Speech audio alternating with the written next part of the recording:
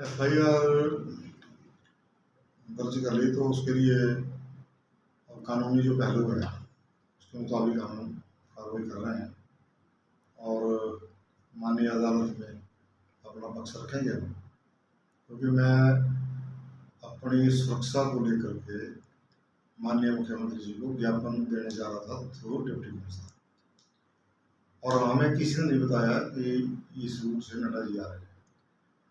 और मैं अपने रेजिडेंस पे था, वहाँ ही हमारे 40-50 लोग थे। कोई नाराबाजी करने का कोई इरादा नहीं था, कोई झंडा नहीं था, कोई डंडा नहीं था, सिर्फ एक हमारे हाथ में कागज था। लेकिन जैसे हम वहाँ से चले तो हमें चलने के बाद पुलिस के लोगों ने बोला कि इस रूट से नड्डा जी आ रहे हैं, आप इस रूट को थोड़ा रुक जाए। तो मैंने बोला ठीक है, कोई बात नहीं, पर आप पहले हमें बता देते तो हम इस रूट पे आते ही ना, या थोड़ी लेट आते, क्योंकि प्रोटोकॉल हम भी जानते हैं, मैं हमें ले रहा हूँ। तो बोला हाँ तो बात ठीक है, बट हम नहीं आपको बता पाए। उतनी देर में कोई उनको मैसेज आ गया कि नड्डा जी सर्किट हाउस पहुँच गए, वो बाया बस स्टैंड आ गए। जब वो सर्किट हाउस पहुँच गए उसके बाद फिर हमें किसी ने रोका, फिर बोला कि क्योंकि एसडीएम और डीएसपी साहब हमारे आगे खड़े हो गए थे वर्किंग वुमेन हॉस्टल के पास।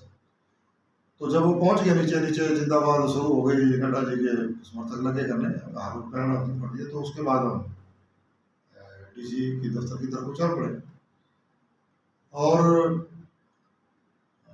बीच में फिर प्रोवोकेशन हुई कि भाई तुमने नारा नहीं लगाना, ये नहीं करना, वो नहीं करना।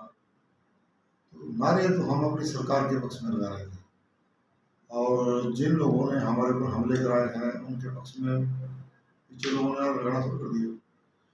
पर जब नड्डा साहब बिल्कुल सुरक्षित अपने समय के मुताबिक आ चुके थे और उसके बाद हम आगे जा रहे थे, तो डीसी साहब के गेट के पास क्यों रोका गया वो हमें समझ नहीं आया, और रोका गया फिर उसके बाद